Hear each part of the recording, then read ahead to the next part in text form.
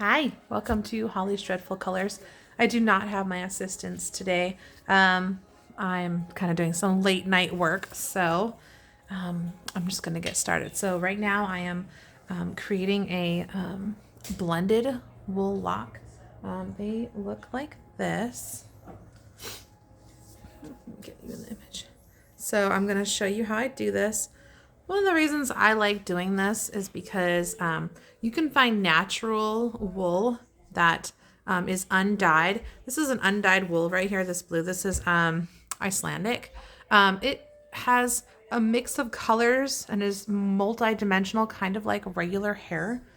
So if I want to get a color, if I'm doing a color match and I want to match someone's hair very closely, I would try to find a color that's already a natural color of a wool from a sheep or alpaca or wherever you want to get it, that will kind of mimic that color. And then, unfortunately, then you have to blend it if you want to get some other kind of colors. Sometimes you can just do a full set like that and then they're beautiful and it's natural and it blends so well. This one, they do want colors at the end, so I am going to, here, I will be working on these. So this is Masham. Let me make sure I got this right. I believe it is. Okay, so I have Masham top. That is the bottom. That is my white. And then I have Icelandic top for the top.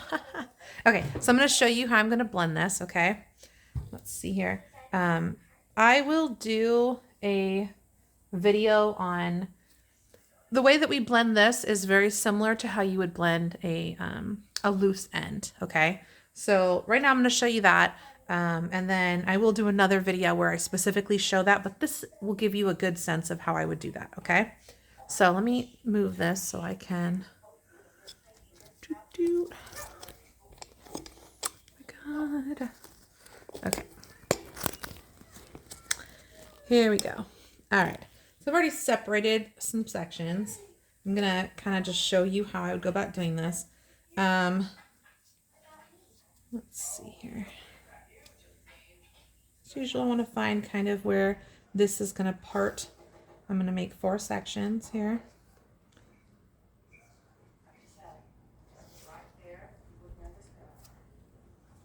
I got my 2, 4. Okay. Now, this particular wool, and sometimes you got to figure it out yourself. You can cut it. So I did cut the sections, but I need to leave. I'm going to show you. So right now I'm going to pull this apart because I'm finding with this wool, it's thicker and it's leaving a blunter. I'm just going to pull it apart like this. Boom. I got 2 sides. I'm going to do it to all 4 of these that I just made. So I'm going to pull that one. That one. Try to give it as even as possible, but obviously you're pulling that apart. Okay, so now that I got those pulled apart, I want one end. This is going to be my end that is fully felted, and this end is the part that I'm going to use to attach. So I'm going to pick about 2 inches, okay? I'm going to hold it right here. This is how I do it anyway. Because I don't want to felt that part. You do not want to felt the part that you want to attach until you're actually felting it to the other piece. Okay, so this is my rough roll. I just sprayed it with it's warm, soapy water. It feels pretty cold when by the time it comes out, but it does what it needs to do for an initial roll. Voila. Okay, so I have an end. I have it go all the way here. Bam. Okay, I'm going to kind of bang these out because I am making a set right now. It's okay if sometimes you have sections that are a little bigger than others. What I find is that kind of like natural locks, we don't have all perfect sections all the time. And the other thing is I find when I get smaller sections, sometimes those ones work best for like those areas where you have weaker hair, like the face framing. Instead of going with a single-ended one, you could go with a smaller, thinner, double-ended. So you're still getting the volume, but it's a lot thinner and it's not as much weight on your hair. Let's see here.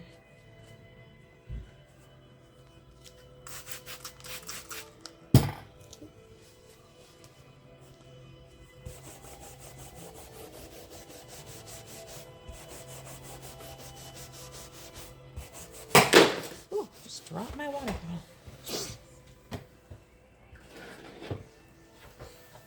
I think I need to switch my table. I like having so much space on here, but I can't get my holders, because it's so big that I can't get my holders to hold my towel because the towel doesn't fit, doesn't cover the whole table. I might have to switch and then not use this table because my towels are constantly moving on me. Let's see.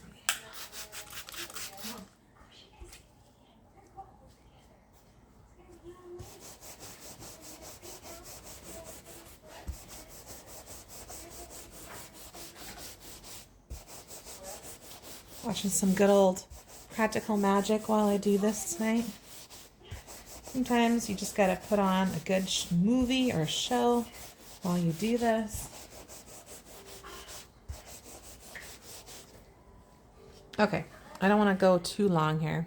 I could spend a while taking care of this. Okay, so the next part, I'm gonna leave those two. The next part is making my sections for my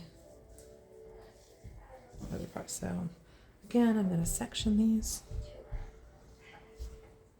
to 4, as even as I can get, okay? See, sometimes I try to just look for where it's already kind of parting and then I part it there. These ones I do not need to break in half because these are going to be the top part, okay? It's the double-ended part, so I'm leaving that section. I'm gonna spray. I like to just kind of twist. It gives me a little bit of a cylinder, you know, a circular pattern too. That's what I'm trying to do with the wool. Makes it easier to felt.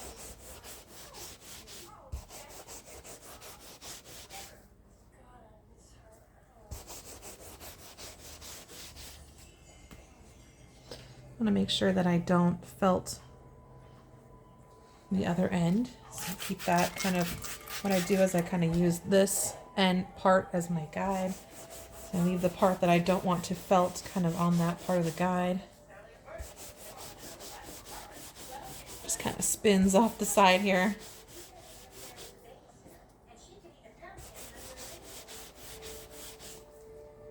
I'm just going to do 2 of these and then I'll show you how I mix them or blend them here.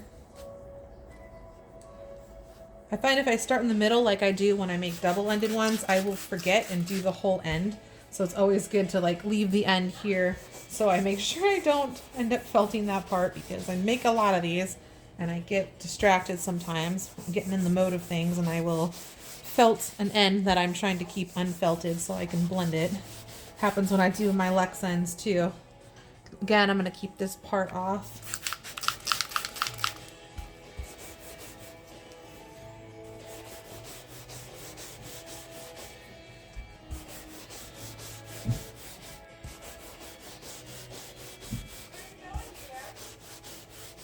Okay, now, that's what we're going to do. Here's what I'm going to show you. Sometimes, depending on how you start it. So, oh, here, one more thing I got to do first. Where's mine? I just had it. Oh, here it is. And you want to find kind of a fine tooth comb. I'm going to kind of take out a good chunk of hair here. You don't want to do that on your felting pad if you are using a felting pad because you will pull up the fibers of the felting pad by doing this and then it's not usable as early. You'll start to get little black pieces in your locks, which obviously is not ideal. I have like bags and bags of all these bits that I do. I'm not quite sure how I want to recycle them. I just took my my little son trick-or-treating. Well, all my kids trick-or-treating, but I just took my youngest, the little baby. It's in one of my videos, my little Bodie. And he went as a cat robber, cat burglar. And we gave him a little tiny like sack that had like a little money sack. And inside of it, I stuffed some wool because I had it laying around. So sometimes you just have to get creative with what you have. Okay, so depending on which one you have on the bottom. So let's say right now I'm doing it this way because I want more white on the bottom. So if whatever your bottom piece is the color is the wool that you're going to see the most, okay? So I'm going to take this. I fanned them both out. I'm just going to put this on top here, okay? Give it a little spray. Then I'm going to start folding. I want the white to be on top of the dark. I'm just rolling and folding until the end. And then I'm not lifting my hand. I'm just going to do a good few rolls, however you want to call this, before I do anything else, okay? Then you might want to switch over and do a little bit here because there might be a connecting piece here that needs it. And you could do it here because sometimes you'll get a bump when you're rolling. But you don't want to roll like this. You want to roll specifically in one spot. Then you lift your hand up and you roll another, just because until that's fully felted, you don't want to end up pulling them apart. Okay, voila. And then this is the end. Okay, so let's see. Now, if I wanted it to be more dominant brown, I would put the brown on the bottom and then put the white on top. But in this case, I want to be able to color the bottom, so I want it to be more white so that I can get it to blend the way that I want it to. And you can always play with this part. I'm just kind of fold it over.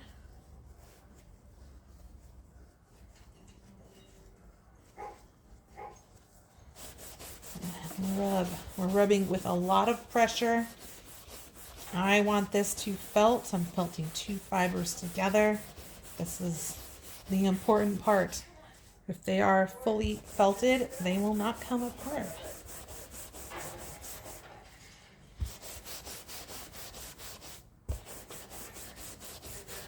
You can probably put this in the washer on a gentle or delicate cycle, and they will come apart, or they won't come apart. I mean, the pieces that all mesh together will come apart, but not the whole thing. So this one is done.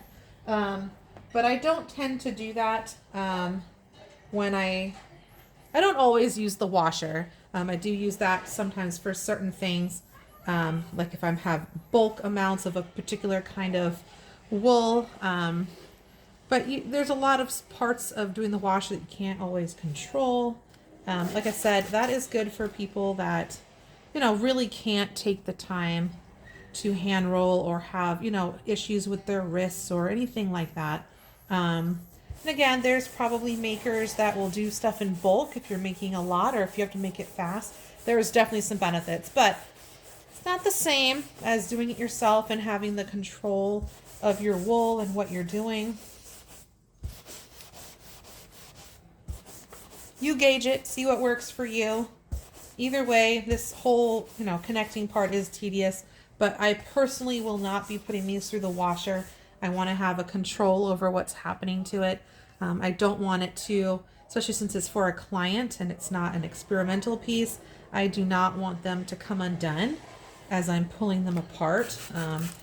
I don't think that they will, but I'd rather be on the safe side about that. Because I don't, if this is due, for mailing on Monday, then I need to make sure that they're fully put together, fully felted, colored, and washed and then dried, before they go out to a client or a customer. And I don't want to have to restart and push back their date, because this does take some time, this particular part. And then, if you do make it for other people and you happen to sell them, and they're like, why does it take so long to, or why is it so expensive to do this? Well, the truth is this just takes a while because spending the time and effort to get these done. Let's see here. Okay. I'm just going to get started on the next set. I guess you guys don't need to keep watching. I did just show you exactly what I was going to do. Again, it's tedious. This is not everyone's cup of tea. You do not have to do it like this, but this is a way to connect two colors together if you want. If you had two different colors and you want to have a connection piece, you know what looks really cool is, you know, doing like a white to a red, because it almost kind of looks, I wish I had some locks. I have some locks where I connected, I did black to white, and the way that the white was rolled onto it, it kind of looked spooky, like cobweb-like. This obviously is not quite the same, but if you do it with like a contrasting color and stuff, it can look pretty cool. So there's some pretty cool effects you can make by doing this kind of blending. So, you know, give it a try. You know, it's fun. It's fun sometimes, especially if you're working with a lot of colored wool and you want to blend the colors. This is the way to do it. You can do single colors. You can, you know, roll a bunch of one color and a bunch of other and put it in a set, and those will look beautiful, okay? But if you're wanting to try to go a little bit more and blend a little bit more and have each piece be a different color, this is the way to do it. I've done it a lot. It's fun, but it is a little time consuming, so you just have to decide if that's something you want to do. But this is a good idea. This is also a very similar technique to adding loose luxe ends, okay? So go for it. Thanks for tuning in. Like, subscribe. Let's see here. Have a good night. Thank you. Bye.